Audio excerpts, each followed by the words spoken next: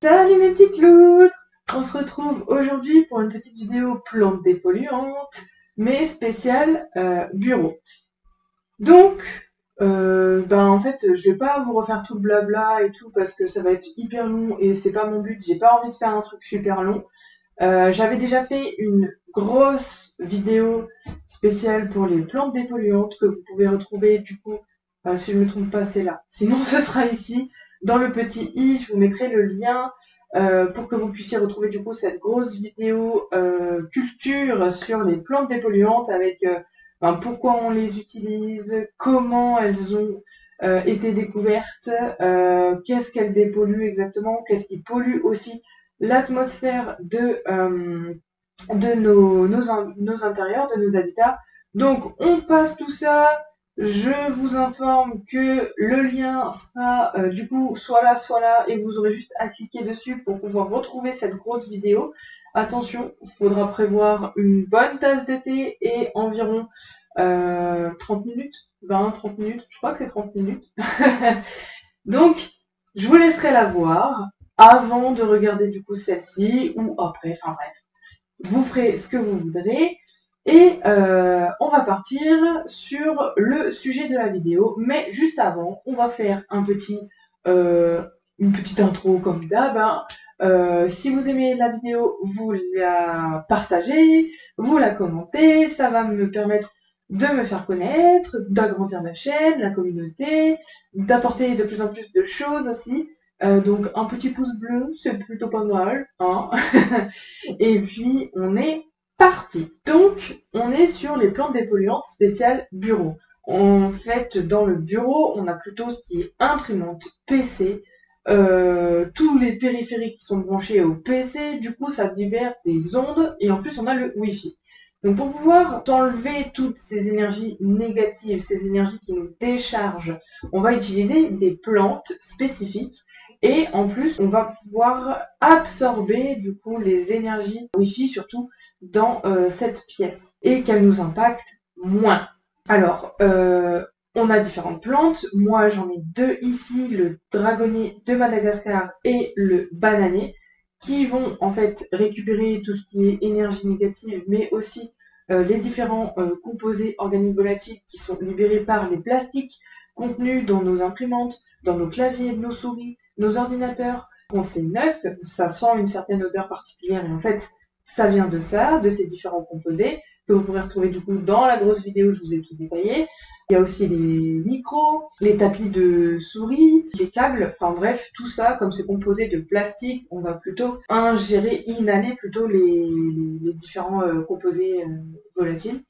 Ensuite, on a d'autres plantes. On a le cactus qui est génial pour ça justement, dans un bureau, parce qu'il égaye le bureau, mais en plus de ça, il va venir absorber toutes les ondes, pour le coup, du téléphone, de la Wi-Fi, si on n'a pas le câble Ethernet pour la fibre, par exemple. Donc c'est pour ça que le cactus est intéressant. Donc c'est bien de le mettre à côté de soi, en tout cas proche de l'ordinateur, pour pouvoir absorber ces ondes et que du coup, elles ne nous impactent pas, ou en tout cas peu ou moins.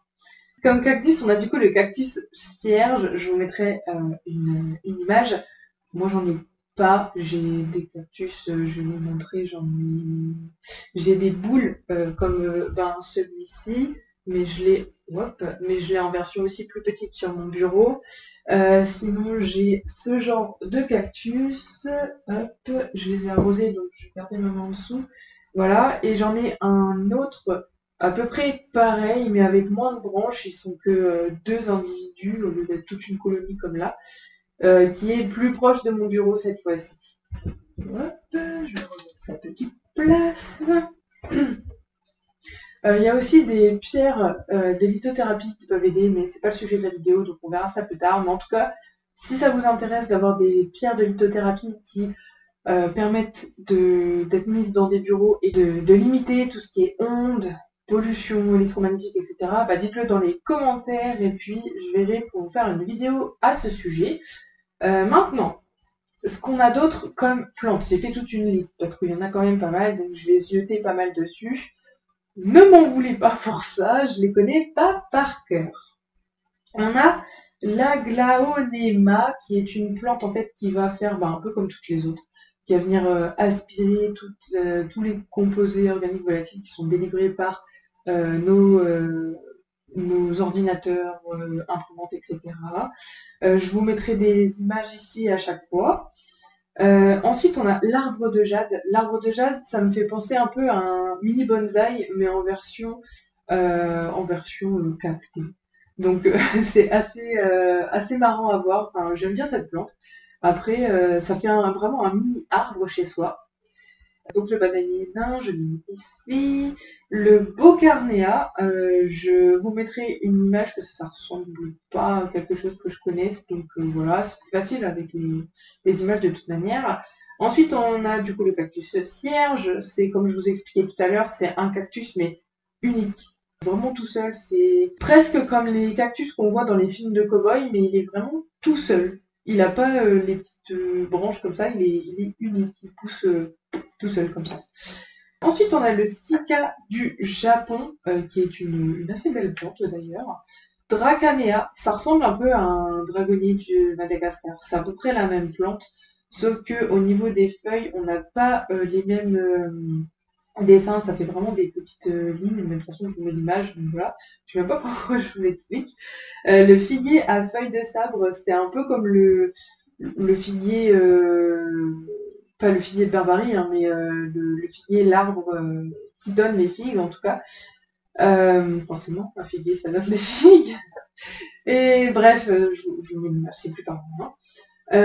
Figuier pleureur, du coup aussi, la fleur de lune. La fleur de lune, moi, je la confonds très souvent avec l'arum. Je sais pas pourquoi. Ça se ressemble un petit peu, mais pourtant, c'est pas la même chose. Et je sais pas, je confonds tout le temps avec l'arum. Ensuite, le kalanchoé, donc je l'aime pas, moi, cette plante, du tout. Mais pour ceux qui sont amateurs de kalanchoé, voilà, vous pouvez en mettre dans votre bureau. La langue de belle-mère. Est-ce que c'est le Sansevieria? Je sais plus. Vous me direz en commentaire si c'est ça la langue de belle-mère par rapport au Sansevieria. Il me semble que c'est la même chose. Le lierre commun, donc simplement vous pouvez faire une bouture de lierre que vous trouvez dans votre jardin. Vous la plantez et ensuite ça vous évite d'en acheter et vous pouvez le mettre du coup dans votre bureau. C'est utile pour les ondes, pour les coves, etc. comme je vous l'expliquais. Le maranta, qui est assez imposant si on garde longtemps, il faut le savoir. Ensuite, on a le palmier d'Arec et le palmier nain. Je confonds toujours avec le kentia, donc moi j'en ai un ici, mais je sais jamais si c'est un palmier nain, un palmier d'Arec ou un kentia. Je vous le montre pas parce qu'il trempe dans l'eau, donc on va éviter. J'ai pas envie de mettre de l'eau partout. Ensuite, du coup, on a les philodendrons. Les philodendrons, ce sont des monstera. Enfin, c'est un peu comme les monstera. Pour vous simplifier la chose et que vous compreniez mieux, ça ressemble vraiment à ça, les philodendrons, à la monstera. De toute façon, la monstera, c'est une sous-espèce de philodendron, si je ne me trompe pas. Et puis, on a le pothos. J'aime bien cette plante, je la trouve très jolie, avec ses petites feuilles lobées en forme de cœur. Je la trouve vraiment belle, donc voilà. Je n'en ai pas, mais je compte bien en avoir une. Ce que j'aimerais faire aussi, c'est du coup vous trouver un site internet où j'ai soit un lien d'affiliation, soit un code promo. Je vais essayer de vous trouver ça avant de vous mettre la vidéo en ligne.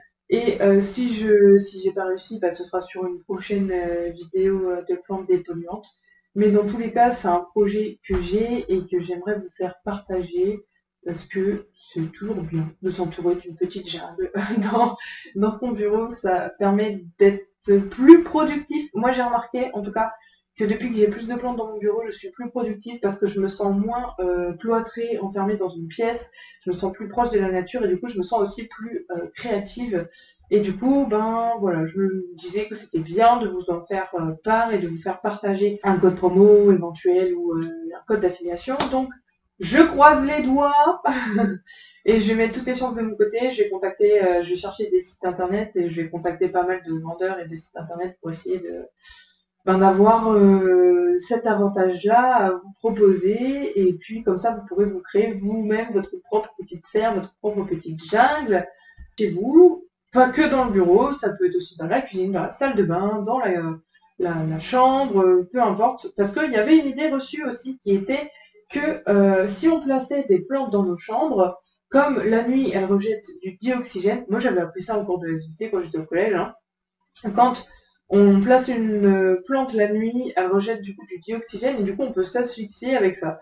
Sauf que c'est archi faux, hein. Il y a des études qui ont prouvé qu'il n'y a pas assez de dioxygène qui est rejeté la nuit pour pouvoir intoxiquer un humain dans sa chambre tout simplement avec une plante. Donc vous pouvez mettre des plantes dans vos chambres, il n'y a aucun souci, vous n'allez pas mourir. Voilà, c'est tout pour aujourd'hui. En tout cas, c'était un format court pour une fois. Et j'espère que ça vous aura servi, que ça vous aura plu.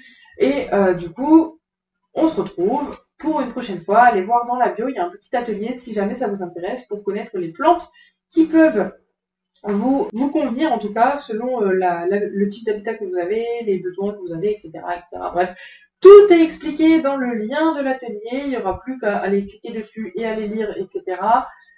Voilà, il y aura aussi le lien de la communauté Discord si vous voulez, toujours dans la barre de description pour échanger entre vous selon ce que vous voulez choisir, soit une consultation naturo, soit un suivi s'aimer, s'épanouir, soit l'atelier du coup pour les plantes dépolluantes qui s'appelle Bien respirer chez soi.